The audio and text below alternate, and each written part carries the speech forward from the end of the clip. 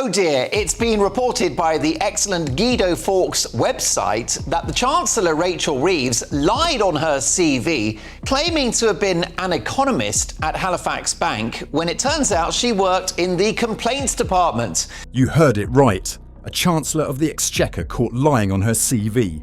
No wonder she's driving the UK economy further downhill. This scandal is clear evidence that she's not fit to lead this country. Stay tuned as we unravel this shocking story. But first, don't forget to like and subscribe to the channel for all the latest updates on British politics. Before, economist at the Bank of Scotland, very impressive. And then after, retail banking in Halifax. Well, that's not exactly the same thing, is it? Something has happened here. She's changed this whilst at the Treasury. You might ask, if I did that, if I at my job suddenly admitted that the job I claim to have in order to get the role I'm currently in, if I hadn't done that at all, and I changed it about 3 or 4 years afterwards, would I get... Rachel Reeves once claimed she worked as an economist at Halifax Bank. However, a scandal has exposed that her actual role was in the complaints department. This revelation has not only tarnished her credibility, but also infuriated millions of pensioners who are seeing their winter fuel payments slashed.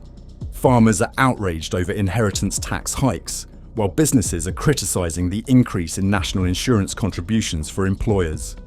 Deutsche Bank's director aptly labelled it a payroll tax, one that could put 100,000 workers at risk of unemployment.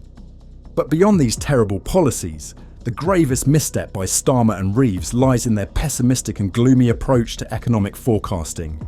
Their claims of a £20 billion black hole in the budget, which even the Loch Ness Monster would struggle to locate, serve no purpose other than political posturing.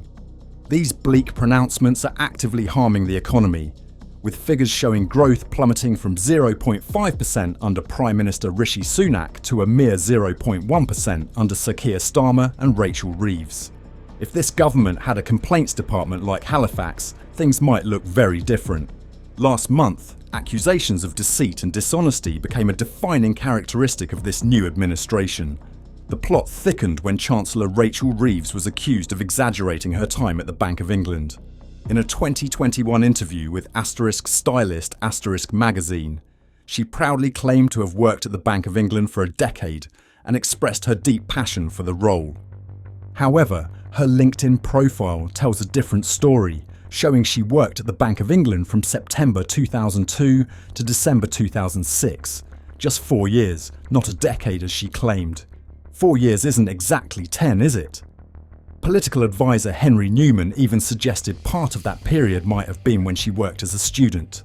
Adding to the irony, just days after the Prime Minister's LinkedIn profile was edited to downgrade his role at the Bank of Scotland from economist to retail banking staff. It appears these banking credentials amounted to little more than exchanging holiday cash or handing out free pens. This may seem trivial, but it's far from insignificant. After all, my own CV once claimed I was 28 years old, had a swimmer's physique, and played Luke Skywalker in Star Wars *. But these exaggerations are now coming to light. Reeves, as Chancellor, previously declared she had no intention of increasing taxes on workers. Yet, she introduced the payroll tax, a policy she once opposed. Paul Johnson, a respected analyst at the Institute for Fiscal Studies, warned that this policy could lead to pay cuts, lost bonuses, and even job losses. Honesty in politics matters, and Rachel Reeves, along with her allies, harshly criticised the previous administration for similar conduct. An online archive reveals that back in 2009, when Rachel Reeves, our first female Chancellor, was campaigning to become an MP, her personal website stated that she had spent her career as an economist working for the Bank of England, the British Embassy in Washington, and Halifax Bank of Scotland. A true economist, right? Now we discover she fabricated parts of her CV, just like many of us have probably done at some point in our lives. Of course, trimming the truth on her CV isn't the gravest crime of the century. However, painting the economy in such a negative light, resulting in growth plunging from 0.5% in July to a mere 0.1% today, is a serious issue. It's akin to conjuring a £20 billion black hole that the Office for Budget Responsibility, OBR, has repeatedly confirmed doesn't exist.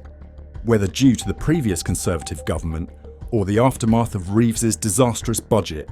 The issue is, she's just not very good at being Prime Minister.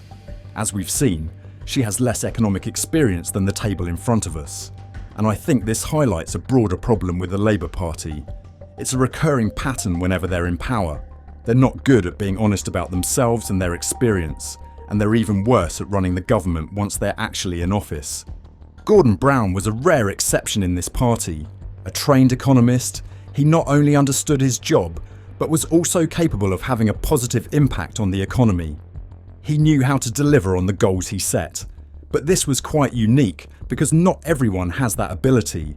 As for Rachel Reeves, she seems to be steering herself straight into the group of failed Labour ministers, no different from her predecessors. But here's the thing.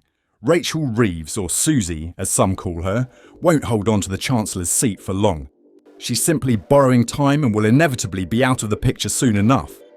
The papers continue to criticise Reeves over her handling of the budget, particularly her refusal to listen to economic advice, something she absolutely should be doing. What's frustrating is that both Reeves and her critics are trying to convince us that their perspective is the right one.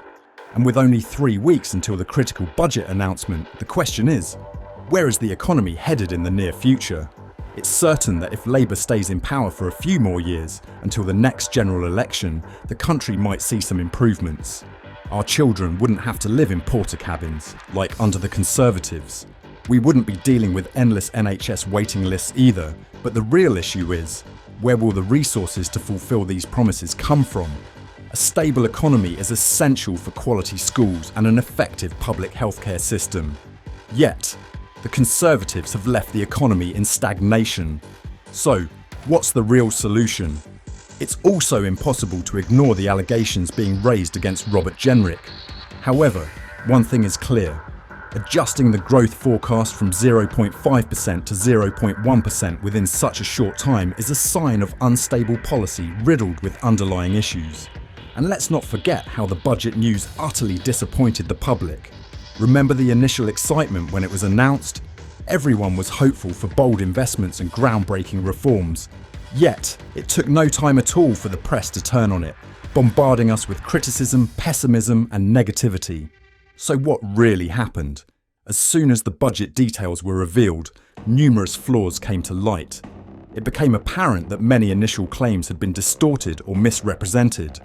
And it wasn't just a small group of farmers affected by the inheritance tax, IHT. Nearly everyone in the agricultural sector was hit, not just the wealthy.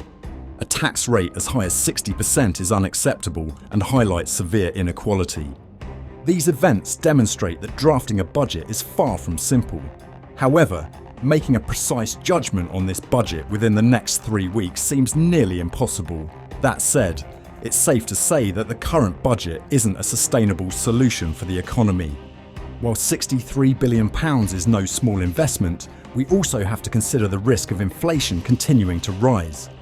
True investment isn't about spending taxpayers' money on vague plans that generate no real value. Real investment means growing businesses, expanding the workforce, generating profits, and reinvesting those profits to drive sustainable economic growth.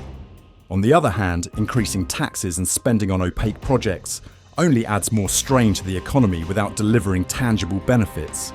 The current economy is burdened with unprecedented public debt. So, will Labour persist with this approach? Will they realise that their current economic policies, particularly their adherence to Keynesianism, are no longer effective? Still, the Conservative Party's criticism of the economy doesn't hide the fact that they've been in power for 14 years. Meanwhile, Labour has only been in office for a very short time, just 4 months. Judging the impact of their policies in such a short period is unfair. As for their policies regarding farmers, there's a valid concern that changes might harm small family-run farms, which would indeed be a shame. But even though the idea behind the policy isn't entirely baseless, its real aim was to protect farmers, specifically to prevent wealthy individuals from buying farmland solely for resale rather than actual farming.